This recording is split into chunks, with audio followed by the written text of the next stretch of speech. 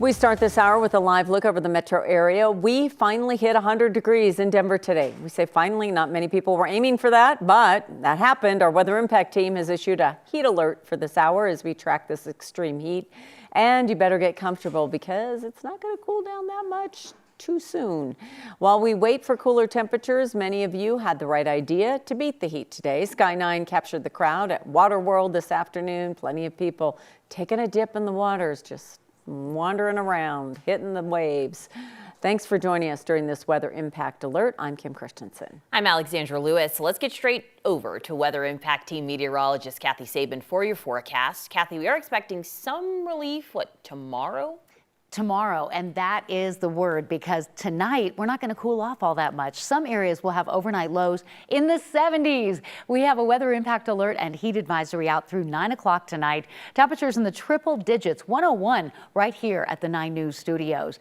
The record for the date is 100, so we have tied that at DIA, but the numbers could go higher. Sun doesn't set for like 3 more hours. So right now, 98 at DIA, 101 in Greeley, 104 in Rocky Ford, 99 in Grand Junction.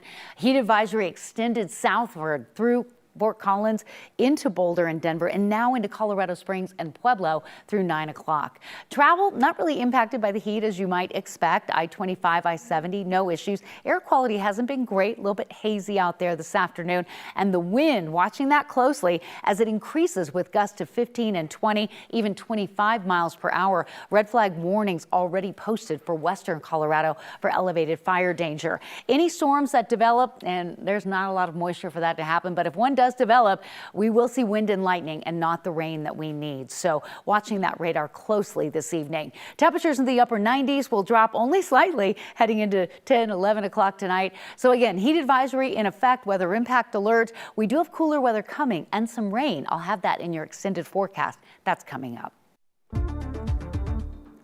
Our investigative team continues to reveal new details about the wrong-way driver who traveled more than 30 miles on I-25 before a deadly crash last month. That driver died while 4 people, including her toddler, survived. Today, we now know so much more about her mental state thanks to an autopsy report and a backstory given by her own mother. Here's 9 News investigative reporter Jeremy Hohola. We have shared this dashcam video of a state trooper trying to pull over a wrong-way driver as they drove at speeds exceeding 90 miles per hour on I-25. This was on June 8th at 3 in the morning. Pull over now! The officer gave up the pursuit after 15 miles because it was just too dangerous. Driving that van was 26-year-old Jaylene Miramontes, who, according to a new autopsy report, was intoxicated with alcohol at 0.12%, 4 points above the legal limit.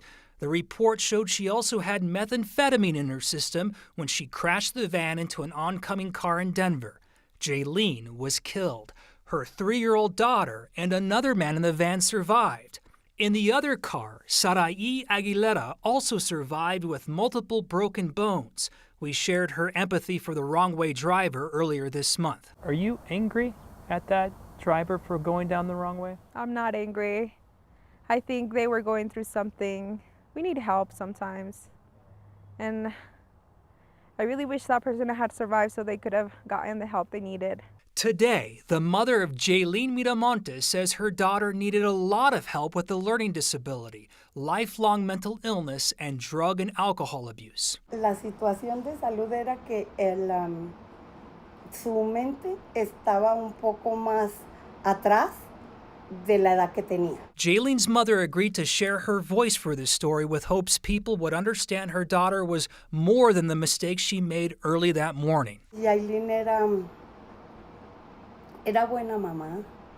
Ella siempre traía a su niña. A ella le gustaba mucho servir a la gente.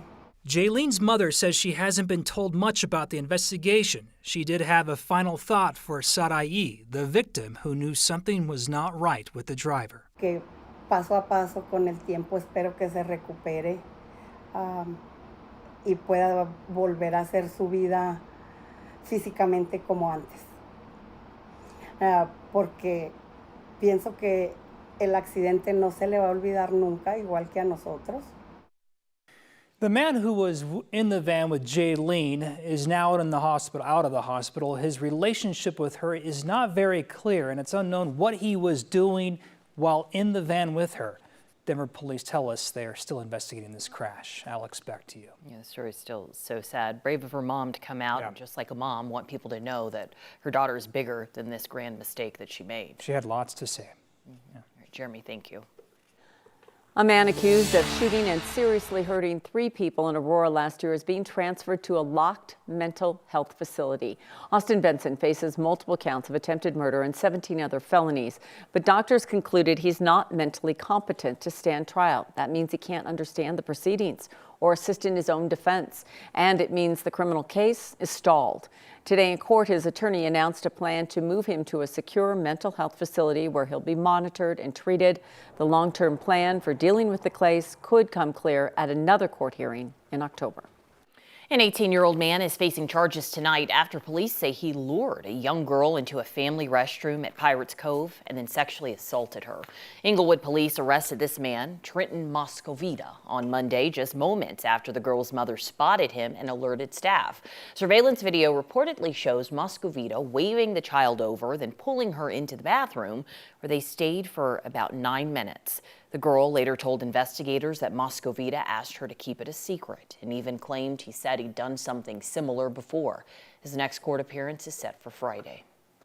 Deputies in Arapahoe County are asking for your help identifying a woman caught on camera trying to break into Centennial Animal Services. Happened June 27th, about 7 at night. Investigators say the woman showed up with her dog, got frustrated when the door was locked, then smashed the glass with a tire iron after trying to pry it open. She never got inside, but investigators say she caused up to $10,000 in damage before driving off. If you recognize her, call the sheriff's tip line. A Colorado Army National Guard soldier was honored today for his incredible actions off the battlefield. Sergeant First Class Robert Cruz received the Soldier's Medal for Heroism today. It is the highest award for non-combat bravery. He received the honor after saving a man from a burning car. Last summer, Cruz witnessed a crash involving 4 cars. He pulled over, rushed to one car that had rolled over and caught fire. He was able to pull the driver to safety. He stayed with him until help arrived. Today's public ceremony to honor Cruz was held at the Colorado Freedom Memorial in Aurora. College football is just a couple of months away, and the Big 12 had the conference media day today. Coach Prime in attendance for the Buffs. He has been out of the public eye lately, reportedly dealing with health issues, but he took to the stage and answered questions from reporters today, though he deflected the question about his health. We'll hear from Coach Prime coming up a little bit later in sports.